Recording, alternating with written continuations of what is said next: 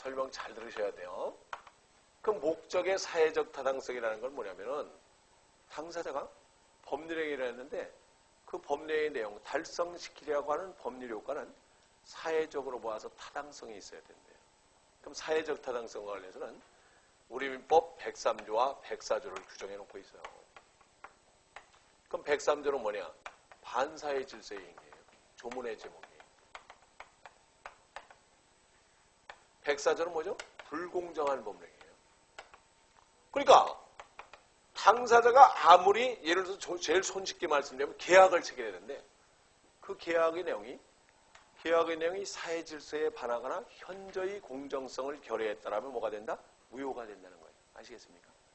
그러니까 계약의 내용은 사회 질서에 반하지 않아야 되고 공정해야 된다. 이런 의미죠. 근데 문제는 말이죠. 103조 보세요.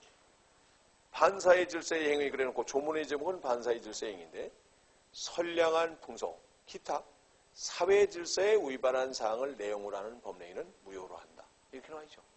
자, 그래서 반사회 질서의 행위 그래놓고 선량한 풍속, 기타 사회 질서에 위반하는 법령에는 뭐가 된다? 무효가 된대요.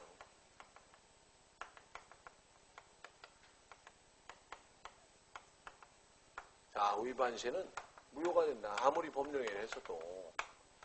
근데 보세요. 자, 이걸 잘 이해하셔야 됩니다. 지금부터. 그럼 아까 선량한 풍속과 사회 질서 위반을 말을 줄여서 네 글자로 뭐라고 그랬죠? 공서양속이라고 그래요. 공서양속. 그럼 설명 잘 들으셔야 되죠? 그럼 아까 공서양속 어디서 나왔죠? 어디서 나왔어요? 강행규정에서 나왔잖아요. 그죠? 그럼 강행규정도 공서양속과 관련된 규정으로서 법대로 해야 된다. 강행규정 위반 시에는 무효가 된다 그랬잖아요. 그죠? 그럼 보세요. 강행규정도 공서양속과 관련이 있고 여기 103조도 선량한 공서양속에 위반했을 때는 무효가 된대요. 뭔가 겹친감이 들죠. 그죠? 겹친감이 들어요. 그러면 가장 중요한 건 103조 반사회 질서의 행위와 강행규정은 어떤 차이일까요?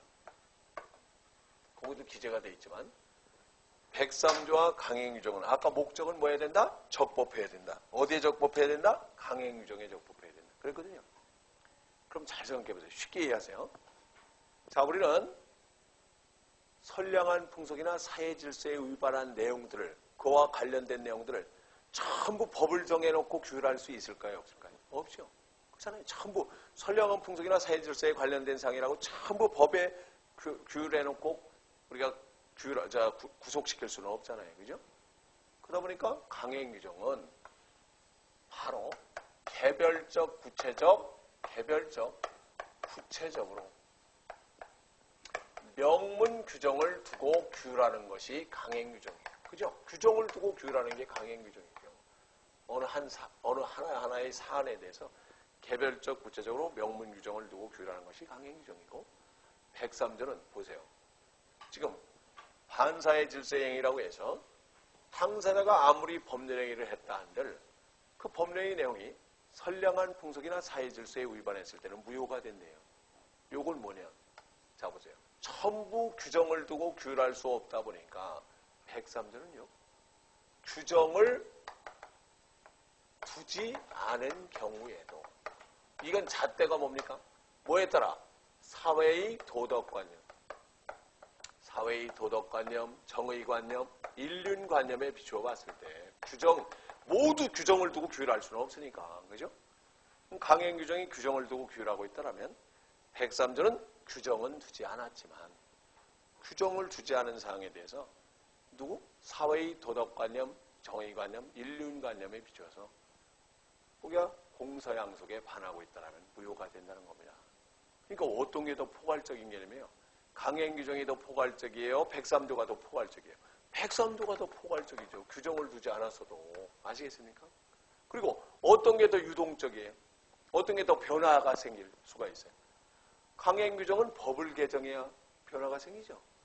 그리고 이거는 우리가 103조는 사회의 도덕관념, 정의관념, 인륜관념에 비춰서 우리가 말대로 사회 현상의 변화에 따라서 변화해가는 거예요. 아시겠습니까? 103조는 그렇잖아요. 전에는 장발족도 단속하고 미니스커트도 단속했어요. 근데 지금은 어때요? 사회 현상의 변화에 따라서 지금은 남자가 꽁지머리 하고 다니는 사람도 얼마나 많은데요. 그죠? 우리 아버지 표현으로는 머리를 새빨갛게 물들이고 다니는 놈도 있다. 그런 얘기를 하는데 별짓 다 하고 다녀도 지금은 그런 건 처벌 대상도 아니잖아요. 아시겠습니까? 이게 사회 현상의 변화에 따라서 103조는 이렇게 사회의 도덕, 정의, 인륜관념에 비춰서 규율하는 거니까 103조가 훨씬 더 포괄적이고 유동적이죠. 아시겠습니까? 근데 가장 중요한 건 103조의 내용은 뭐예요? 그러니까 결국 우리가 강행규정은 아까 그랬잖아요. 명문 규정을 두고 규율하는 것이고 103조는 사회의 도덕관념에 따른 일반 원칙이다. 근데 추상적이잖아요. 그죠? 어떤 게 공서양속에 반하는지 안 반하는지 그건 알 수가 없잖아요. 그죠? 그래서 우리는 말대로 우리의 103조는 사적 자체, 우리 민법은 사적 자체의 원리가 지배한다고 그랬잖아요. 그죠? 사적 자체의 원리가 당사자의 문제는 스스로 알아서 해결해라 그랬잖아요. 그러나 사적 103조는 결국 뭐예요? 사적 자체의 한계를 제시하는 것이다. 아예 당사자의 문제는 당사자 스스로 알아서 하라고 한들 사회의 도덕 정의관념에 비춰서 공서양속에 반하는 것까지 유효라고 할 수는 없잖아요. 그죠? 사적 자체의 한계를 제시하는 것이고 그 내용은 103조의 내용은 판례에 의해 구체화되고 있다. 판례에 의해 구체화되고 있어요. 그래서 이게 판례의 내용을 보면 그 내용이 점점 구체화되고 있다는 얘기입니다. 그죠? 어떤 얘기인가를 이해를 하시면 되겠죠. 그래서 103조와 관련된 내용은요. 상당히 많은 판례들이 있는데요. 그러나 한번 생각해 보세요. 이건 암기할 사항이에요? 아니에요? 이해할 사항이에요? 이해할 사항이죠. 뭐에 비추어서 이해하면 돼요? 사회의 도덕, 정의, 인륜관념에 비추어서 이해하면 되는 거니까 그걸 일일이 다 암기할 필요가 있나요? 문제를 풀어나갈 때 도덕관념에 비추어서 문제 풀어나가시면 되는 거예요. 그러니까 어떤 사람은 외워야 돼요. 내가 평소에 도덕관념이 이상하다라는 사람은 외워야 돼요. 아시겠습니까? 그렇게 이해를 하지. 근데 이제 이걸 잘 기억해 두셔야 돼요. 자, 보세요. 그래서 103조와 강행규정을 구별해서 이해를 하셔야 돼요. 그러다 보니까 시험 문제가 나와. 원조 교재는 강행규정의 반함으로 무효이다. 원조 교재는 강행규정의 반함으로 무효이다. 그럼 될까요? 안 될까요? OX, X죠. 이런 강행규정이 있어요? 없어요? 없죠. 이거는 사회에 뭐에 비춰봤을 때? 도덕관념에 비춰봤을 때 무효인 거지. 반사회 질서에 해당되어 무효이다. 103조의 반함으로 무효이다. 이래야지 강행규정의 반함으로 무효이다. 그러면 안 되는 거예요. 아시겠습니까? 또 심지어 우리가 이렇게 출제가 되기도 해요. 강박에 의한 증여는 반사회 질서의 행위로서 무효이다. 자, 강박에 의한 증여는 반사회 질서의 행위로서 무효이다. OX, X죠. 왜? 강박은 우리 민법 110조에 규정해 놓고 있잖아요. 강박에 의한 의사합치는 뭐 할 수 있다? 취소할 수 있다. 이렇게 규정하고 있거든요. 우리 민법에 규정을 두고 있다면 반사회 질서 행위로 규율할 필요가 있어요? 없어요? 없죠. 규정을 두고 있다면 규정에 따라서 규율하면 되는 겁니다. 아시겠습니까? 규정이 없는 사항에 대해서 뭐에 따라?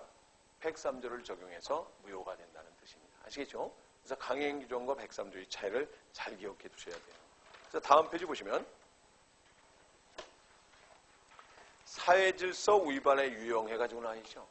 거기 보시면 우리가 아까 그랬잖아요. 이거 암기할 사항 아니라고 그랬는데 가끔 우리 이상한 짓 하는 사람들 보면 암기해야 될 사람도 더러더러 보여요. 그죠? 그럼 보세요. 어떤 것들이 무효가 되냐. 인륜 신분 질서를 문란케 하는 행위로서 첩계약이나 대리모계약 이런 것들은 무효가 된대요. 아시겠습니까? 일부 일처제인 우리나라에서 첩계약을 치게 됐다. 아들을 낳아주기로 했다. 대리모계약을 치게 됐다. 이런 계약은 무효가 된다는 거죠. 근데 그 밑에 보세요. 박스 바로 밑에 보면 인륜 신분 질서를 문란케 하는 행위로서 첩계약이나 대리모계약 자체는 무효이지만 근데 어떤 말로 해요? 그 사이에 출산한 자녀에 대한 양육비를 지급키로 하는 계약이나 생활비를 지급키로 하는 이야기나 또는 우리가 단절을 목적으로 이별금을 지급키로 한다는 계약은 뭐하다? 유효하다. 이게 대법원 판례예요. 아시겠습니까? 첩계약 자체는 무효이지만 그 사이에 출산한 자녀의 양육비를 지급한다, 생활비를 지급하기로 한다. 우리는 이별금 계약은 유효하다는 거죠. 그런 내용도 이해하시고 다음에 정의의 관념에 반하는 행위에서 나와 있죠. 밑에. 그럼 정의의 관념에 반하는 행위로서 반사의 질서 행위로서 뭐가 있어요? 입찰이나 경매에서의 담합 행위. 담합이 뭐예요? 담합을 했대요. 정의의 관념에 반하는 이로서. 그래서 예를 들어서 우리가 가끔 신문에 난 거 보면 참 웃기죠. 공개경쟁 입찰을 하면서 특정 업자한테 내정 가격을 알려줘서 그자로 하여금 낙찰케 했다. 담합을 하죠.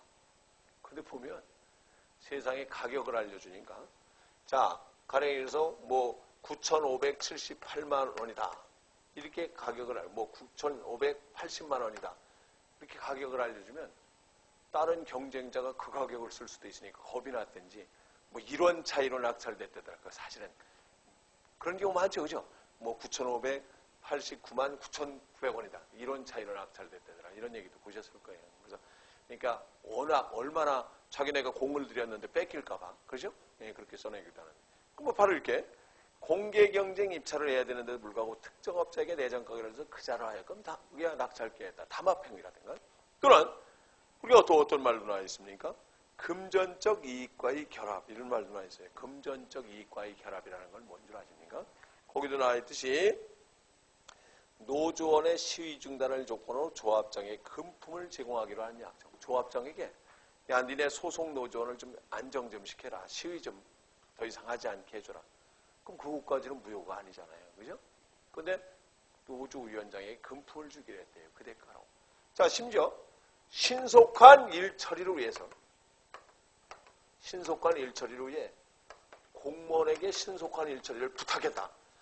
그럼 신속한 일 처리를 공무원에게 부탁했다는 것 자체는 무효가 아니잖아요. 그죠? 근데 금품을 제공키로 했다. 뭐예요? 금전적 이익과의 결합으로서 무효라는 얘기예요. 그리고 시험 문제에 자주 나오는 말이 어떤 말 나오는 줄 아십니까? 증인으로 출석할 자에게 네가 증언을 해줘서 승소를 하게 되면 승소 시 얻게 될 이익을 배분해 주겠다. 이건 유효다, 무효다. 무효라는 거예요. 아시겠습니까? 그러나 뭐는 유효하대요. 증인으로 출석할 자에게 승소 시 얻게 될 이익을 배분해 주기로 하는 행위는 무효인데 증인에게 너한테 여비를 주겠다. 네가 증언대 오기에는 여비를 주거나 일실이익을 보상하기로 한다. 일실이익이라는 게 뭡니까? 일실이익이라는 건 그거예요. 일당 노동자라면 그 중원을 출석함으로써 하루 일당을 못 받았으니까 하루 일당 주겠다. 개인 택시 운전기사에게 증언할 동안 영업하는 금액은 내가 보상해 주겠다. 여비를 보상해 주거나 일실이익을 보상해 주는 행위는 뭐예요? 유효예요. 그러나 이걸 초과하는 금원을 지급히로 하는 약정은 뭐다? 무효가 되는 것이다. 그런 내용으로 이해를 하시라 그런 뜻입니다. 아시겠죠? 그리고 또 어떤 말도 나와 있습니까? 배임 행위에 적극 가담한 부동산의 이중매매. 이게 그렇게 자주 출제가 되는 단원인데 최근에 와서는 좀 우리가 조금 좀 사그라들었기도 했는데 종전에는 아주 자주 출제가 되는 단원이에요. 아시겠습니까? 그러면 우리 기억나십니까? 그냥 부동산의 이중매매는 무효예요, 유효예요? 부동산의 이중매매. 부동산의 이중매매는 유효잖아요. 무효가 아니잖아요. 그죠? 왜? 부동산의 이중매매는 계약이니까 갑이 을과도 계약을 체결했고 병과도 계약을 체결했다. 이 사람 제1매수인이고 이 사람 제2매수인이다. 물건을 하는데 이중으로 매매 계약을 체결했다 한들 그 계약 자체가 무효가 되지는 않습니다. 이 계약도 유효고 유효 계약도 유효예요. 아시겠습니까? 근데 이제 문제는 어떻게 문제가 발생하냐면 얘한테 등기를 넘겨줬다라면 다시는 얘한테는 넘겨줄 수 없다. 뭐요? 이행불능의 문제가 된다고 그랬잖아요. 채무자에게 뭐가 있다? 귀책사유가 있잖아요. 이럴 경우는 얘는 뭐예요? 너 얼마 어떻게 그럴 수가 있어? 계약을 해지하고 뭘 할 수 있다? 손해배상을 청구할 수 있는 문제가 생기는 것이지 이중매매가 무효는 아니란 말이에요. 근데 어떤 말이 나오면 무효가 되는 줄 아십니까? 여기 이제 이런 말이 들어가면 무효가 돼요. 배임행위예요. 적극 가담한 부동산의 이중매매 이렇게 나옵니다. 배임행위에 적극 가담한 부동산의 이중매매다. 이런 말이 들어가면 무효가 된다는 거예요. 배임행위가 뭡니까? 배임죄라는 말 들어보셨죠? 배임죄가 뭐예요? 자, 배임행위에 적극 가담한 부동산의 이중매매라는 건 얘가 말이죠. 제1매수인이 있고 제2매수인이 있는데 이때 제2매수인이 제1매수인과 계약을 체결했다는 사실을 알아요. 근데 알았다. 그 사실을 알면서 이중매매를 했다. 주의하실 것은요. 제1매수인과 매매계약을 체결했다는 사실을 알면서 이중매매를 했다는 사실만으로는 유효다, 무효다? 무효하네요. 유효예요. 그 사실을 알았다는 것만으로는. 근데 그게 아니라 얘가 말이에요. 매도인의 제일 매수인을 배신하도록 적극 부추겨서 그래서 이중매매가 이루어졌다는 얘기입니다. 아시겠습니까? 그래서 배임행위에 적극 가담한 부동산의 이중. 야, 어떻게 그 가격 팔아서 걱정하지 마. 내가 책임질게. 나한테 팔어. 이렇게 배임행위에 적극 가담했을 때 무효가 된다는 얘기예요. 아시겠습니까? 그런데 여기서 이제 시험 문제 이게 자주 나오지 않습니까? 뭐라고 나오냐면은 가장 중요한 건 배임행위에 적극 가담한 부동산의 이중매매는 자, 이때는 무효가 된단 말이에요. 배임행위에 적극 가담했다. 이 말이 들어가면 무효가 되는데 가장 중요한 것은 두 사람 사이에 아직 계약금만 주고받은 상태라면 얘가 제일 매수인이 이 매매에 대해서 무효를 주장할 수 있는가? 주장할 수 있대요, 없대요? 없다는 거예요. 자, 설명 잘 들어보세요. 그 이유는 뭐냐면 제일 매수인이 얘랑 계약금만 주고받은 상태에서 얘한테 팔아먹고 등기까지 넘겨줬다 한들 이때는 말이죠. 우리는 계약금만 주고받은 상태에서는 뭐가 가능하죠? 해제가 자유롭잖아요. 해제가.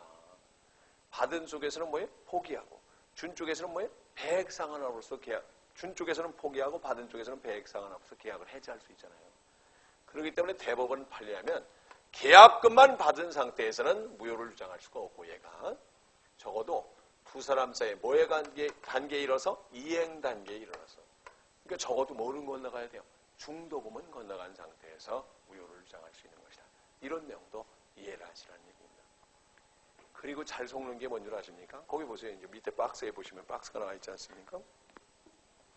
자, 우리는 부동산의 1번부터 보세요. 부동산의 이중매매가 반사회적 법률행위로서 무효가 되려면 매수인이 다른 사람에게 매매 목적물이 매도된 것을 안 것만으로는 부족하고 적어도 그 매도 사실을 알고도 이중매도를 요청하여 매매 계약에 이르는 정도가 이루어야 한다. 이런 얘기죠.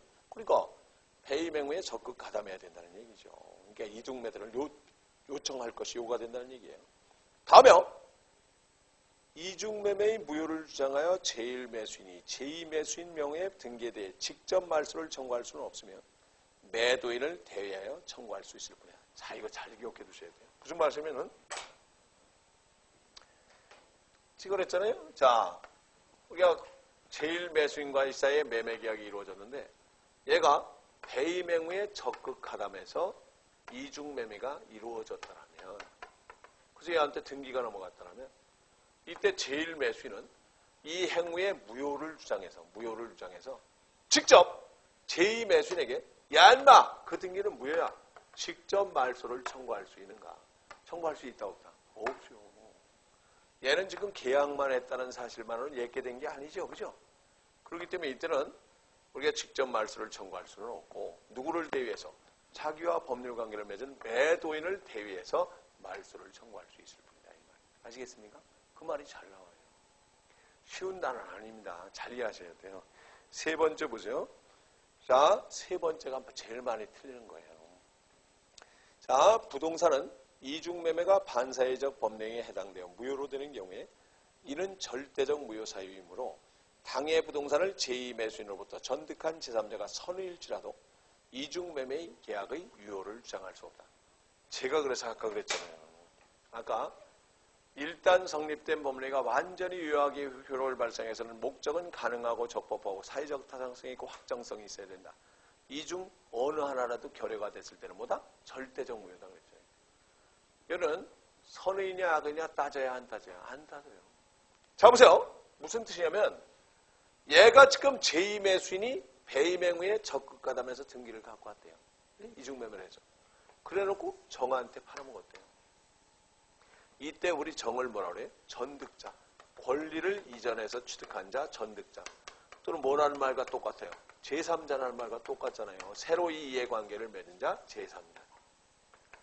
그럼 얘는 저 제2매수인으로부터 우리가 권리를 이전받았대요. 근데 얘가 이런 사정을 몰랐대요. 선의라면 제1매수인은 선의의 전득자에 대해서 무효를 주장할 수 있는가? 얘는 선의의 제3자는 소유권을 주장할 수 있는가? 할 수 있다 없다? 없다 이 말이에요. 이때는 선의냐 악의냐 따진다 안 따진다? 안 따져요. 절대적 무효이기 때문에 제1매수인은 누구에게도 선의의 전득자에 대해서도 무효를 주장할 수 있는 것이다. 주장할 수 없다. 그렇게 자주 출제가 돼요. 아시겠습니까? 굉장히 중요한 단어입니다. 그래서 나중에 시험 직전에 가서 이 문제 풀으면 주장할 수 있다 없다 그러면 참 사람 막 화가 날 정도. 어라? 지금 이 시점에 와서도 이걸 이해를 못하시면 안 되는데 그럼에도 불구하고 주장할 수 없다 이렇게 버려요. 주장할 수 있어요. 아시겠습니까? 이들은 선의냐 악의냐를 안 따진다는 얘기예요. 무슨 무효? 절대적 무효예요. 절대적 무효. 그래서 이들은 왜 폐임행위에 적합하다만 이중매매 행위 자체가 절대적 무효 사유이기 때문에 그 이외에는 누구한테 이전됐든 무효를 주장할 수 있다는 겁니다. 아시겠습니까? 우리는 민법을 좀 어설피 공부하신 분들은 선의의 제3자에게 대항치 못한다는 건 어디에서 나오죠? 비진의 표시, 통정의 표시, 착오, 사기, 강박의 형사 없이 효과는 무효가 되거나 취소할 수 있는 경우 그 효과는 누구에게? 선의의 제3자에게 대항치 못하는 건 거기서 나오는 거예요. 그 이전에는 무슨 무효? 절대적 무효라는 사실을 잊지 마세요. 헷갈리지 마십시오. 그리고 또 우리가 어떤 말도 나왔냐면 참 이런 말 어렵죠. 자, 네 번째 보면 반사회적 이중매매가 이중매매에 기하여 소유권 이전 등기가 이루어진 경우 불법 원인급여에 해당되어 매도인은 제2매수인에게 말소를 구하거나 반환을 청구하지 못한다. 이렇게 나와 있죠. 그럼 이게 무슨 말씀이냐면 매도인은 말이죠.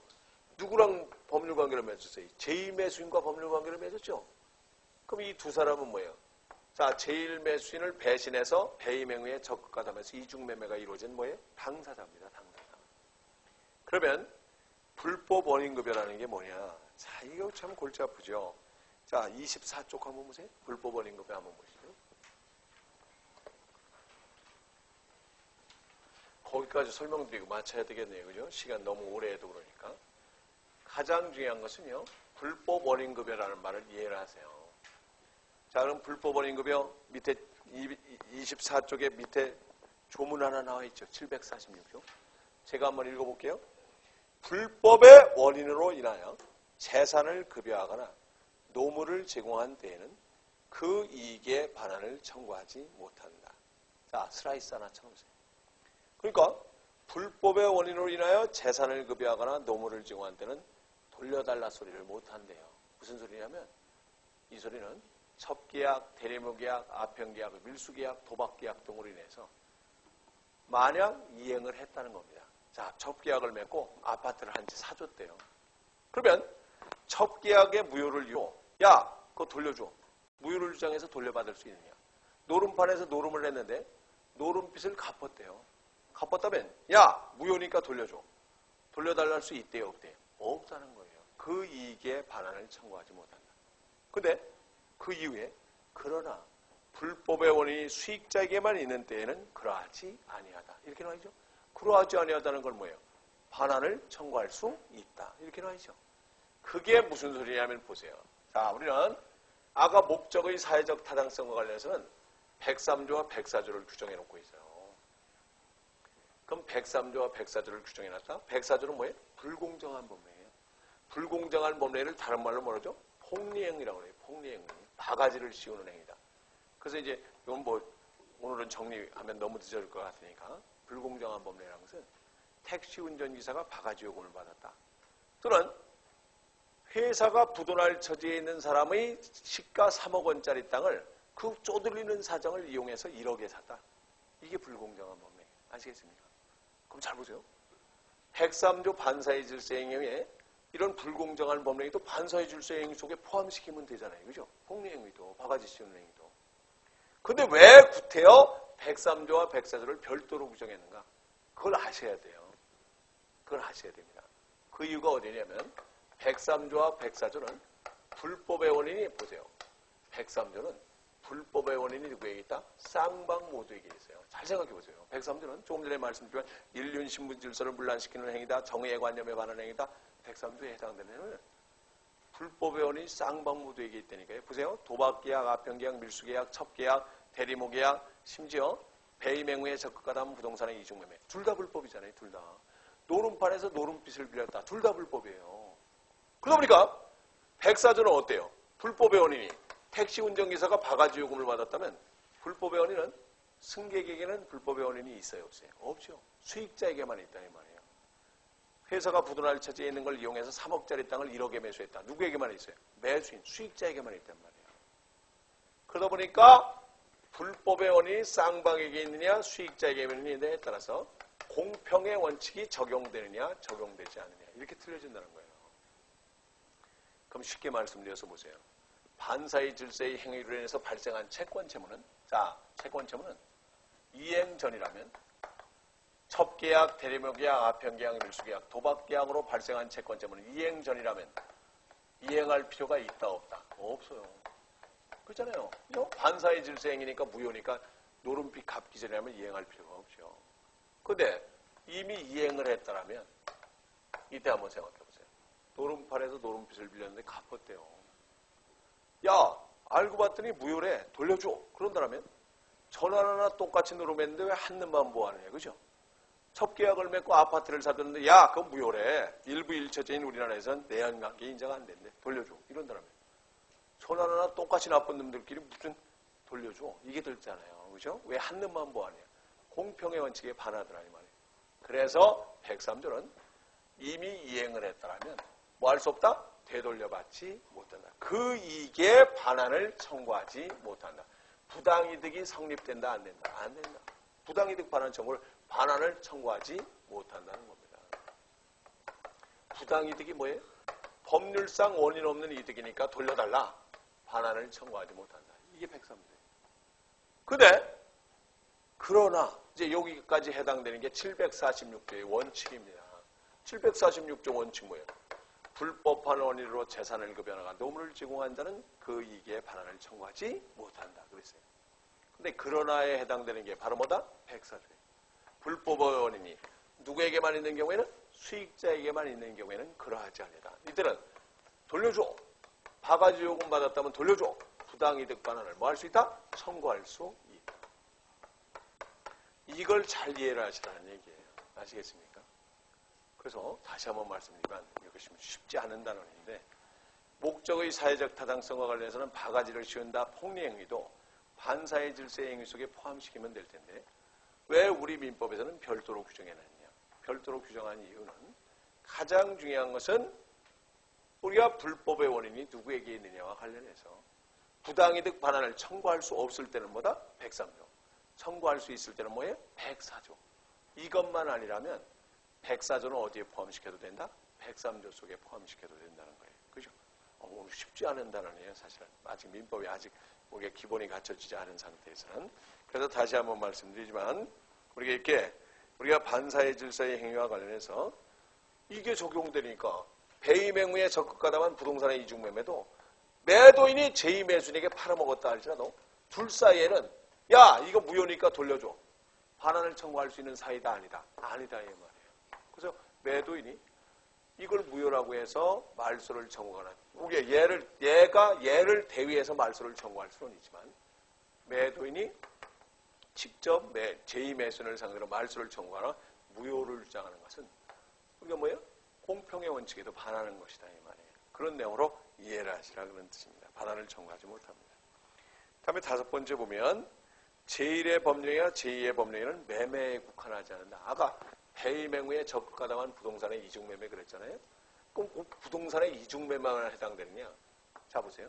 이 그림을 보시면 이중매매만 해당되는 게 아니라 두 사람 사이에 매매가 있었다는 걸 알면서도 이걸 알면서도 증여를 받거나 해당 부동산의 근저당을 설정하거나 양도담보를 해놓거나 이런 것까지도 전부 포함이 된다. 이 말이에요. 이중매매뿐만 아니라 제1매매가 이루어졌다는 사실을 알면서도 증여를 받거나 근저당을 설정하거나 가등기를 하거나 그죠? 양도담보권을 설정하거나 이런 행위도 포함이 돼서 무효가 된다. 그런 뜻입니다. 그죠? 어떤 의미인가 이해하시고 다음에요. 우리가 또 어떤 말 나와 있습니까? 우리가 6번째 보면 자신의 부동산에 대하여 취득시효가 완성된 사실을 알고 이를 제3자에게 처분하였고 이를 취득한 제3자도 이와 같은 불법행위에 적극 가담하였다면 이는 반사의 질서의 행위로서 무효이다. 이건 취득시효 편에서도 나오는 말이에요. 그러니까 보세요. 이런 경우도 포함이 된다는 얘기예요. 자, 이게 초기 단계에서 이것까지 전부 설명드리면 좀 복잡할 수도 있는데 자 보세요. 가령 갑의 땅에 을이라는 사람이 취득시효는 아시잖아요. 20년 동안 이 땅은 내 땅이다. 소유의 의사를 가지고 평온하고 공연하게 아무런 문제 없이 점유를 계속해서 취득시효가 완성이 됐대요. 취득시효가 완성된 상태에서 이때 가령 예를 들어서 갑이 말이죠. 가령 예를 들어서 취득시효가 완성된 사실을 야 등기 넘겨줘. 주장했대 얘가 취득시효 완성을 주장해서. 그런데 얘가 주장을 했을지라도 얘한테 팔아먹었잖아요. 제3자한테 팔아먹게 되면 우리 민법상 취득시효는요. 시효 완성 당시에 등기명인에게 등기를 청구할 수 있을 뿐입니다. 얘한테 넘어가지 않습니까? 등기를 갖추기 전에 넘어가 버리면 얘한테는 권리를 주장할 수가 없어요. 아시겠습니까? 다만 얘한테는 내 인마 취득시효 완성됐다고 해서 등기 넘겨달라고 그랬더니 왜 팔아먹었어? 불법 행위를 위한 배상 책임을 물을 수는 있어도 얘한테는 대항할 수 없거든요. 그런데 문제는 얘랑 둘이서 짰대요. 누구를 배신할 목적으로? 얘를 배신할 목적으로 이렇게 등기가 이전된 것이라면 이런 경우는 얘는 누구한테도? 얘한테도 무효를 주장할 수 있는 것이다. 여기도 배임 행위에 적합하다면서 이런 행위가 이루어졌다면 무효를 주장할 수 있는 것이다. 그런 의미예요. 그죠? 어떤 의미인가를 잘 이해하시면 되겠죠. 자, 그다음에요. 우리는 좀 잘 이해할 것은 또 7번째 같은 경우는 지금 당장 설명드리려면 굉장히 좀 복잡한 단원이니까 나중에 설명드리는 게 오히려 나을 거예요. 그리고 세 번째, 반사의 질서 행위로서 이제 세 번째 보면 어떤 말이에요? 개인의 자유를 현저히 제한하는 행위가 되죠. 이것도 여러분 우리가 도덕관념에 비춰보면 부요죠. 개인의 자유를 현저히 제한하는 행위는 뭡니까? 혼인하면 퇴사하기라는 근로계약이다. 인신매매다. 매춘과 관련된 행위다. 독신약관 거기 나와있죠? 독신약관이 뭡니까? 독신약관은 결혼해도 후회, 안 해도 후회니까 우리 평생 혼자 살기로 하자. 이게 독신약관이에요.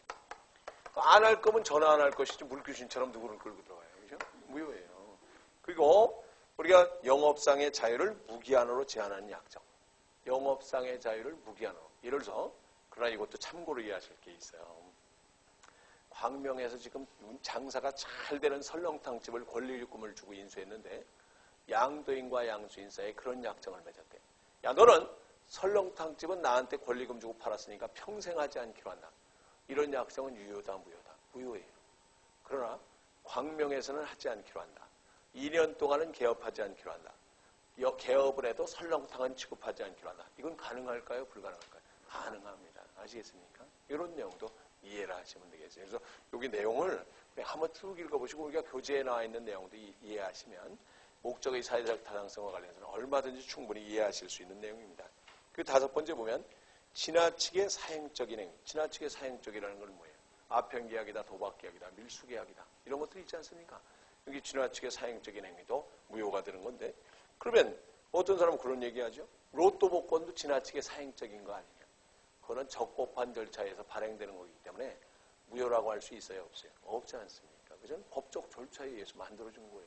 그렇기 때문에 우리가 어떤 것들이 자 우리는 목적의 사회적 타당성과 관해서는 아주 불공정한 법례는 설명 못 드렸습니다만 우리가 아무리 당사자가 자유롭게 계약을 치기로 했다 할지라도 그 계약이 내용이 사회적, 사회의 도덕, 인륜, 정의 관념에 비추어서 공서양석에 반하거나 현저하게 공정성을 결여했다라면 구태의건 뭐가 없어도 법률의 규정이 없어도 우리가 말하자면 사적 자체의 한계를 제시한 것으로서 뭐가 되는 것이다? 무효가 되는 것이다.